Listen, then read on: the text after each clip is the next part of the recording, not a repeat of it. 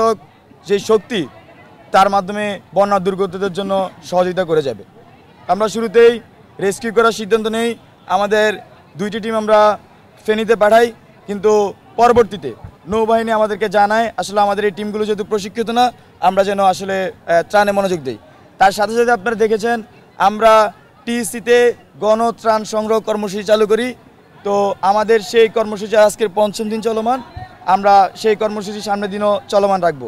পাশাপাশি আপনাদেরকে একটি জিনিস খুব ভালোভাবে অবগত করে দিতে চাই, আপনারা দেখছেন যে টিসিতে ত্রাণ আসছে, তো সেই ত্রাণ প্রতিনিয়ত আমাদের যে পিছনে কারাস আছে, কারাসের সামনে দিয়ে কিন্তু সেই ত্রাণ হচ্ছে সারা দেশে বিলি হচ্ছে। এবং একই সাথে আমাদের যে ডাকসু ক্যাফেটেরিয়া আপনারা সেখানে যে ত্রাণ প্যাকেজিং হচ্ছে, মূলত সেই ত্রাণটা আমাদের যে নগদ অর্থ, সেই নগদ অর্থ দিয়ে আমরা প্রোডাক্ট কিনে এনে সেখানে প্যাকেজিং করে সারা দেশে আমরা বিতরণ করছি। আর আরেকটি বিষয় আপনার মাধ্যমে দেশবাসীকে জানিয়ে দিতে চাই, আমাদের যেসব প্যাকেট দেখছেন এইসব প্যাকেট কিন্তু খাবারের প্যাকেট না, এইসব প্যাকেট হচ্ছে জামা কাপড়ের প্যাকেট। তো আমরা কিছু প্যাকেট যখন শুরুতে পাঠিয়েছি তখন আসলে ওই অঞ্চল থেকে আমাদের কাছে বলা হয়েছে এই জামা কাপড় এখন না পাঠিয়ে যাতে আমরা খাবার আরও বেশি পাঠাই। তো আমরা সেই জন্য এই জামা কাপড়গুলোকে এখন পর্যন্ত রিজার্ভ রেখেছি।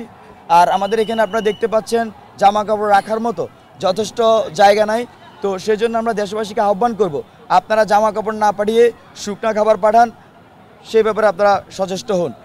আর আরেকটি বিষয়, আমাদের এই যে 3টি প্লেস আপনারা দেখছেন যে কর্মযোগ্য চলছে, তো আমাদের এই কয়দিন অভিজ্ঞতায় আমরা দেখতে পেয়েছি আমাদের সর্বোচ্চ একদিন আমরা 25,000 প্লাস মাইনাস হচ্ছে আমরা প্যাকেজিং করার সক্ষমতা রাখি 25,000 পরিবারের জন্য। তো আমরা কিন্তু প্রতিনিয়তই এই 25,000 পরিবারের কাছে আমরা ত্রাণ সহায়তা করে যাচ্ছি এবং আমরা আগামী দিনে সেটা কীভাবে বৃদ্ধি করা যায় তার পরিকল্পনা করছি।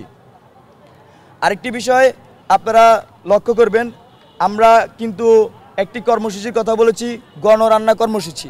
তো গণরান্না কর্মসূচির প্রেক্ষিতে আমরা প্রত্যেকটি যারা ডিসি মহোদয় আছেন যেসব এলাকা বন্যা কবলিত তাদের সাথে আমরা মিটিং করেছি, তারা আমাদেরকে জানিয়েছেন যে আসলে সকল ধরনের যেসব সুবিধা থাকলে আসলে আমরা সেখানে গণরান্না কর্মসূচি পরিচালনা করতে পারি, তার জন্য সেটা প্রস্তুত না।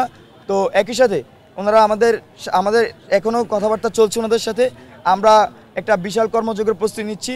আমরা দৈনিক অন্তত 8 লাখ মানুষের খাবারের নিশ্চিত করার জন্য আমরা কাজ করে যাচ্ছি। তো সেটা হবে যে প্রতিদিন 2 বেলা, দুপুরবেলা যদি আমরা 4 লাখ মানুষের খাবার নিশ্চিত করতে পারি, আর হচ্ছে রাতের মিল হচ্ছে আরও 4 লাখ, মোট 8 লাখ খাবার যাতে পৌঁছে দিতে পারি, আমরা সেই পরিকল্পনা করছি। একই সাথে আরেকটা জিনিস জানিয়ে দিতে চাই, এখন আপনারা দেখবেন যে অনেক অঞ্চলে, দুর্গম অঞ্চলে খাবার পৌঁছায়নি বা পৌঁছাচ্ছে না। সত্যিকার অর্থে বলতে গেলে যে ডিমান্ড, যেই বন্যা কবলিত অঞ্চলে যে চাহিদা তৈরি হয়েছে, সত্যিকার অর্থে আমাদের এখান থেকে ক্যাপাসিটি আমাদের খুবই কম। সেজন্য দেখা যাচ্ছে যে আমি সব এলাকায় যদি ত্রাণ পাঠাতে চাই, মানে একদিন যদি এক এলাকা করে পাঠাই, তাহলে অন্তত সম্পূর্ণ এলাকা পাঠাতে আমাদের 20 দিন সময় লাগবে। আমাদের যেটা আমরা অ্যাজাম্পশন, মানে আমাদের যে ক্যাপাসিটি আমরা এখন পর্যন্ত যা করছি, তো সব কিছু মিলিয়ে দেশবাসীকে আহ্বান করব আপনারা আরও স্বপ্রণোদিত হয়ে আরও বেশি ত্রাণ নিয়ে যান। আমরা বৈষম্য বিরোধী ছাত্র আন্দোলনের পক্ষ থেকে আমাদের সর্বোচ্চ ক্যাপাসিটি দিয়ে আমরা চেষ্টা করে যাচ্ছি। আর সর্বশেষ যে বিষয়টি উল্লেখ করতে চাই, আমাদের যেই গণত্রাণ সংগ্রহ কর্মসূচি টিসি সহ এই আমাদের জিমনেশিয়াম ঢাকা বিশ্ববিদ্যালয় এবং ডাকসুতে চলছে, সেই গণত্রাণ কর্মসূচি চলমান থাকবে এবং বৈষম্য বিরোধী ছাত্র আন্দোলন বাংলাদেশের মানুষের স্বার্থে যে কোনো প্রয়োজনে, যে কোনো দুর্যোগে সবসময় থাকবে এখনও, এবং এই বন্যা তো কাজ করে যাবে এবং বন্যা পরবর্তী সময়েও আমরা কাজ করার জন্য সদা প্রস্তুত থাকব। ধন্যবাদ সবাইকে। জি,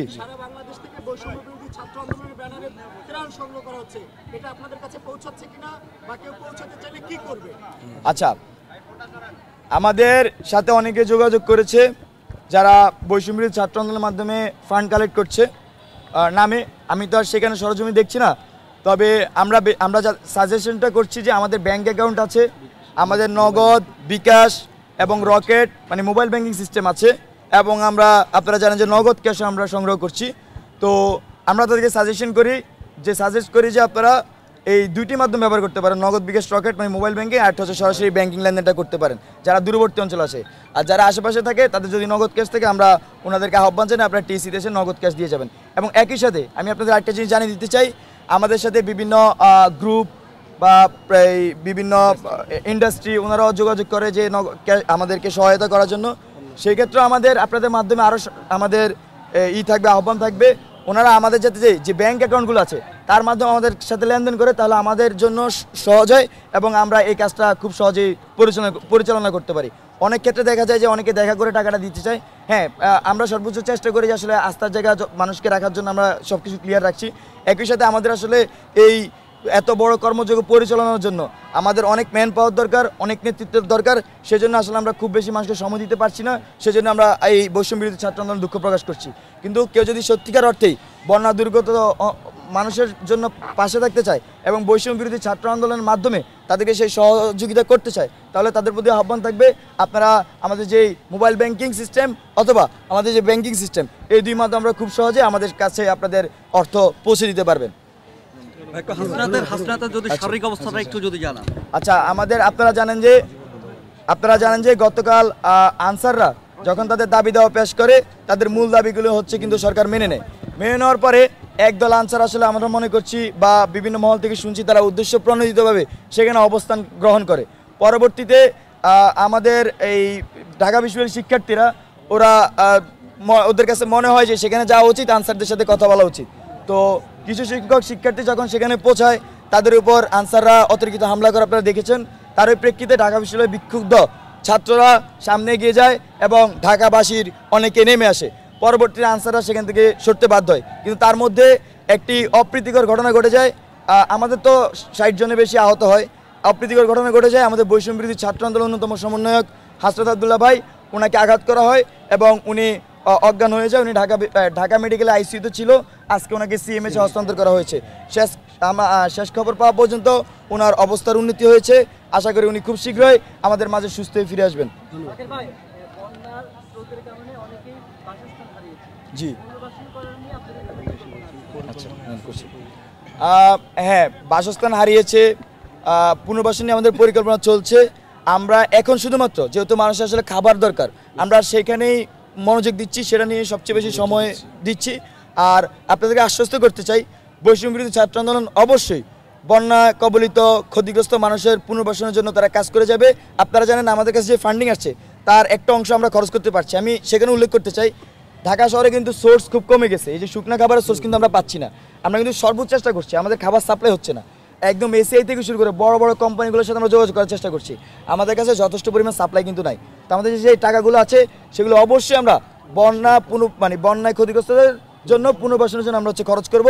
এছাড়াও যখন আমরা পুনর্বাসন করবো তখন আমরা আসলে নতুন কর্মসূচি দিব। আপনারা সেখানে আশা করি ইনোভেটিভ কোনো কর্মসূচি দেখতে পাবেন। ধন্যবাদ সবাই।